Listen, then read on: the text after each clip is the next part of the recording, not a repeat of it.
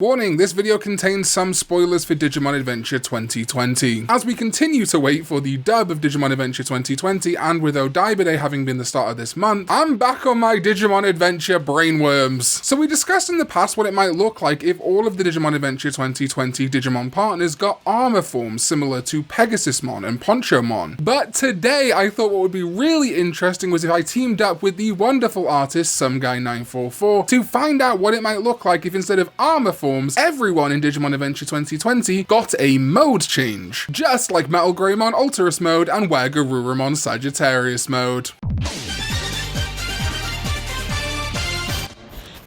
What is up, digital companions? My name is Karn EX and welcome back to another video. And yes, mode changes for the Digimon that didn't get them in Digimon Adventure 2020, so basically everyone but MagnaAngemon and Garudamon. I always really thought it was a shame in Digimon Adventure 2020 that some Digimon really didn't get any mode changes, while the main guys like Agumon and Gabumon got plenty, including mode changes, alternate megas, and 2 new Omnimon forms. So we're gonna fix that. And similarly to the armor video, I want each of these mode changes to occur in an episode that would make the most sense, and particularly let these Digimon overcome some kind of darkness, whether it's in themselves or with an enemy, similar to how MagnaAngemon Ultras mode had to overcome the Dark Miasma, for example. So let's begin with Garudamon, who mode changes to Garudamon Aquila mode. This name comes from Aquila, the eagle constellation, but also is a fun wink to Aquilamon, which has a lot of ties to Garudamon and its family. A design thing we wanted to include wherever possible was some kind of nod to a Digimon X antibody form, similar to how Ultras mode and Sagittarius mode are based on MagnaAngemon Virus X antibody and Garudamon X antibody respectively. But we also learnt from those 2 mode changes that the forms should generally include only 1 or 2 significant changes, so just a railgun or just a set of wings, for example. So we took the large totem pole harpoon Garudamon X antibody has and gave it to Garudamon Aquila mode. This mode change's debut episode would probably make the most sense to be episode 40, Strike the Killer Shot, in which Sora and Biyomon get a focus,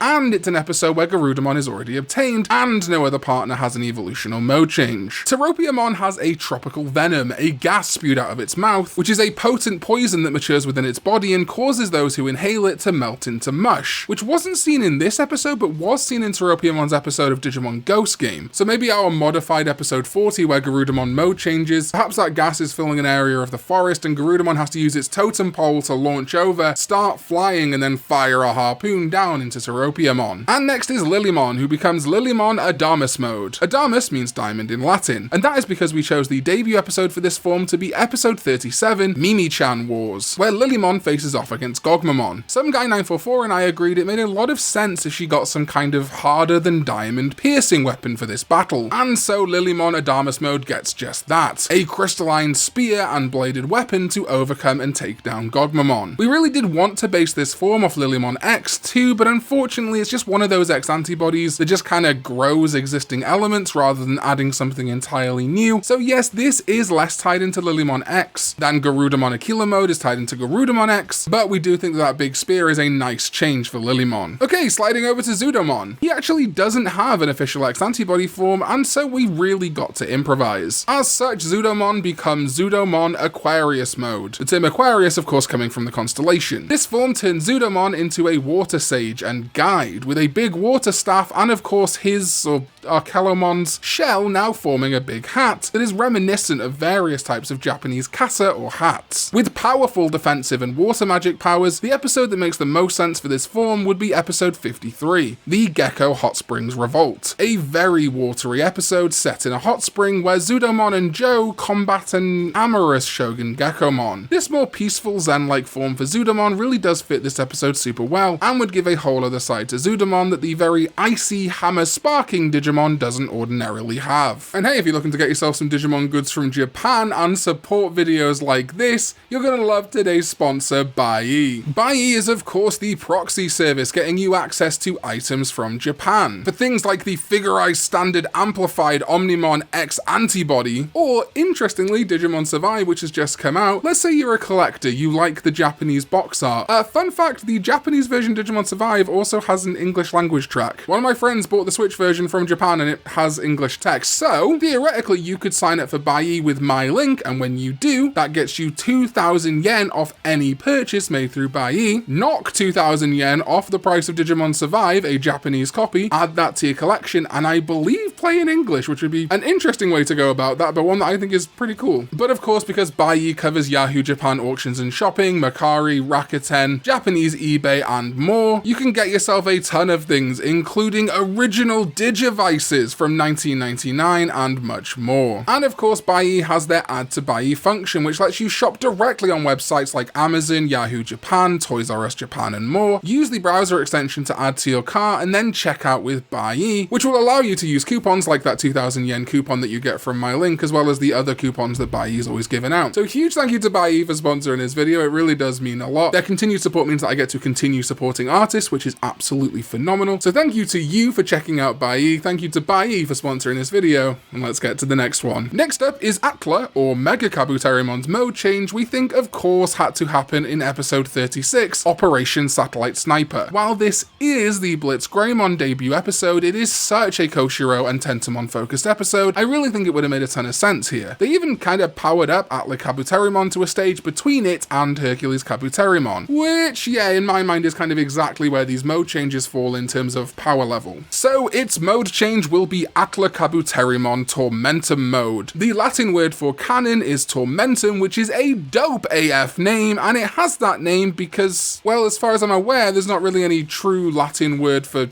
gun, because there were no guns when there was Latin. Make sense? We decided it should have this big gun or cannon on its back to connect it back to Blitzgreymon. Perhaps the fact that Blitz and AtlurKabuterimon Tormentum mode would occur in these similar conditions, the electricity of that area of the digital world could influence their evolutions or mode changes in similar ways. Plus, it would give a really nice thematic tie-in, with Koshiro looking up to Taichi so much in this season in particular. Next up is MagnaAngemon. Patamon and Angemon get a lot of character development tied to Devimon, its former friend in this season, so it seems pretty obvious that the Dark Miasma equivalent for MagnaAngemon would feature that connection somehow. Most episodes involving Devimon and Patamon, however, are evolutions of some kind, like Angemon or MagnaAngemon. But I think maybe we could slot this in there somewhere like episode 61, where MagnaAngemon faces off against Gravimon to save Eldoradimon. Whatever situation it is, MagnaAngemon will harness the darkness left over from the Devimon inside it and become MagnaAngemon Diaboli mode. Diaboli, I'm sure you've already worked out, is devil in Latin, so MagnaAngemon bears that darkness it endured and the pain of its loss of Devimon by wielding Devimon's death claw on its left arm, which it now uses to combine the powers of light and darkness for the purposes of good, and to unite the digital world. I'm a Kingdom Hearts fan, of course I'm gonna push for a power that is strong because of the unity of light and darkness, come on. And then finally is Angewomon. Again, like Patamon and Angemon, this Gatomon has a lot of darkness tied to its light. Its history of being consumed by or being Skull Knightmon and Dark Knightmon made for a really interesting premise for a partner Digimon. So just like MagnaAngemon, this matching partner Angel will become Angewomon Tenebris mode. Tenebris equals darkness in Latin, and Angewomon is able to harness the weapons of Skull Knightmon to provide itself a defensive and offensive boost. And the lances she has equipped makes her similar to a Fanimon, funnily enough, keeping that intermediate feel to these mode changes. We also gave her the headpiece that Angewomon X Antibody has, as it felt pretty appropriate in this instance, because the other major changes for Angewomon X Antibody are just a lot more wings. So this ends up being kind of a Dark Knight Angel in many ways. The debut episode I think makes most sense for this would be episode 48 or 49 of Digimon Adventure 2020, during the Mugendramon battles. I think Hikari's determination to help or save her brother, resulting in Angewomon tapping into its old darkness to become more powerful, would make sense. Perhaps even giving all of her power to Wargreymon would be what would finally purge the last of that darkness entirely from Angewomon and Tailmon. And that's it. Let me know in the comments down below which of these mode changes is your favourite and what custom art video you want to see next from this channel. We have got a lot in the fire right now, but more ideas are always welcome. And please do go follow SomeGuy944. His amazing artwork made this video video so good. It all turned out amazing. He definitely deserves your follows and loves, and go check out all the other art that he posts on his Twitter. Huge shout out to my sovereign ZDK14, as well as everyone else who supports this channel with their hard-earned money that you can see on screen right now. Check out the video below. It'll be the video that YouTube thinks is best for you from my channel, so I'm sure you're going to enjoy it, and I'll see you next time when we go digital. Bye bye.